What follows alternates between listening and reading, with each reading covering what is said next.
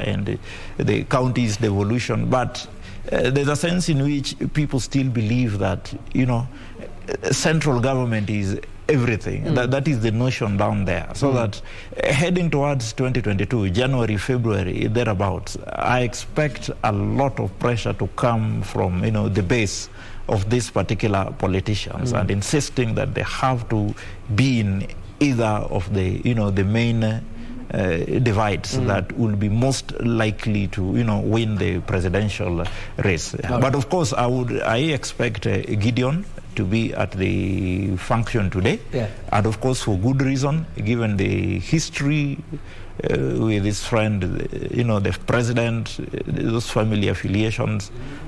Gideon, I expect to be at the function. All right. And we'll see whether Gideon Moi will make it to Kasarani today. And we'll continue with that analysis, particularly on the One Kenya Alliance and what it portends for them, the meeting today. But for now, I want us to head straight to Mombasa. Like I told you, we're live from several locations. We're live in Kisumu, we're live in Mombasa, we're live in Kasarani, both in and out, and we're live in studio now.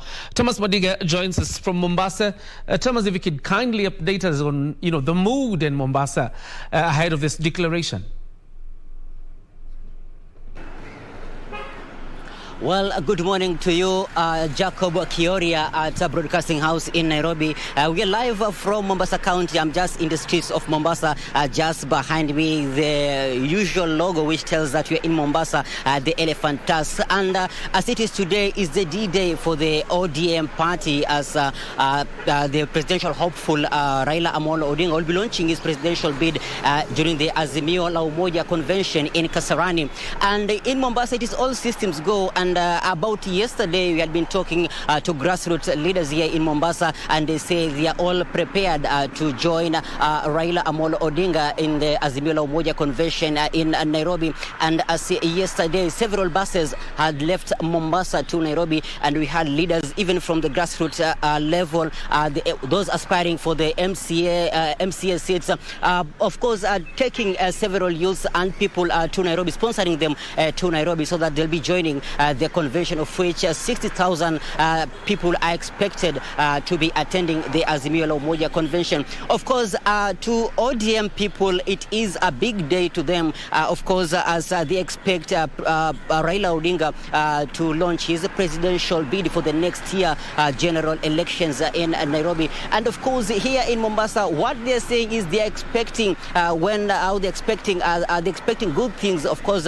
from the Azimio La Umoja convention, of which they want their interests to be taken to be taken into account. Of course, employment to the youth, and of course ensuring that there is economical empowerment. And as Raila himself says that there will be, of course, there will be no progress in terms of economy and in terms of making sure that the country gets development, just because if there is no political stability, or there will be no, or they'll not realize economic development if there is chaos amidst all things as they are moving forward to ensure that all goes well for the country. But here in Mombasa, they're expecting much good things to be okay. And of course, in Swahili, they'll say kwamba Mombasa tunatarajia kwamba mambo yawe mazuri zaidi, and they say that tunatarajia kwamba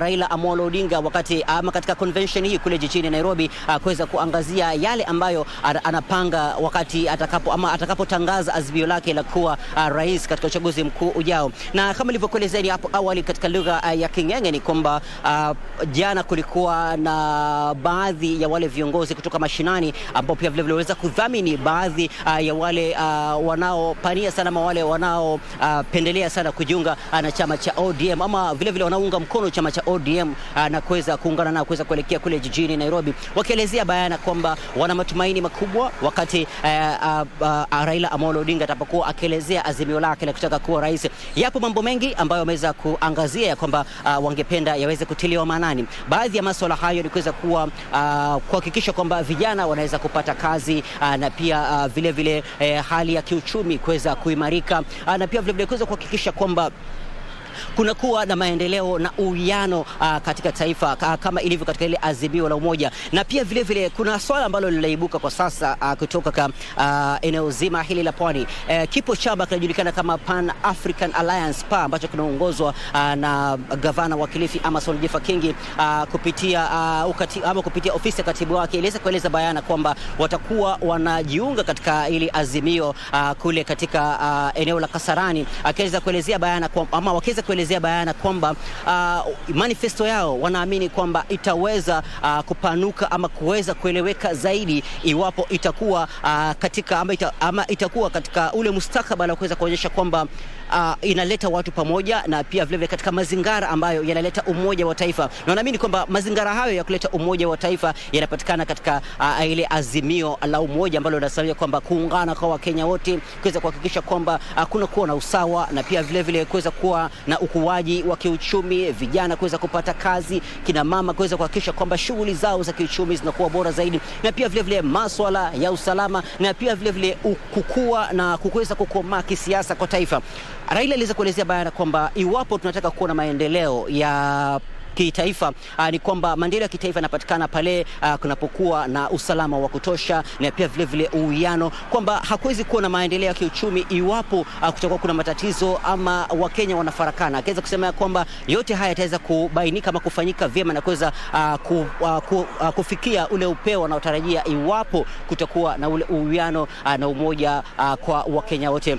Ni hayo tu tulionayo kwa sasa katika kaunti hii ya Mombasa, lakini tutakuwa tunarudi kwako kuweza kukuelezea zaidi mengi wakati tukizungumza na wananchi uweze kutupatia tu matarajio yao kuhusiana na azimio la umoja kule jijini Nairobi. Kwako mwenzangu Jacob Kioria.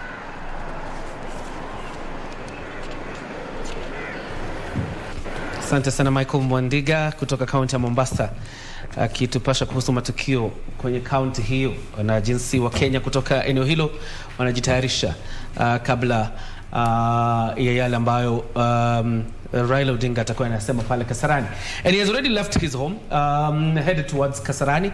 And that means again we have to keep linking up with our reporters from Kasarani as well as in Kisumu. In a bit we'll be linking with Simon Achola, who's on standby in Kisumu. But before then, Professor Wajakoya, if Gideon Moi today shows up at the Kasarani Stadium in support of Raila Odinga and the Azimio la Umoja, doesn't that mean then the One Kenya Alliance has disentangled? One Kenya Alliance died long time ago. It did? Yes. When?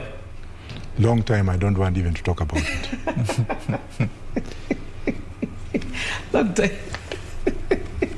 That's very interesting. It died long time ago. Yes.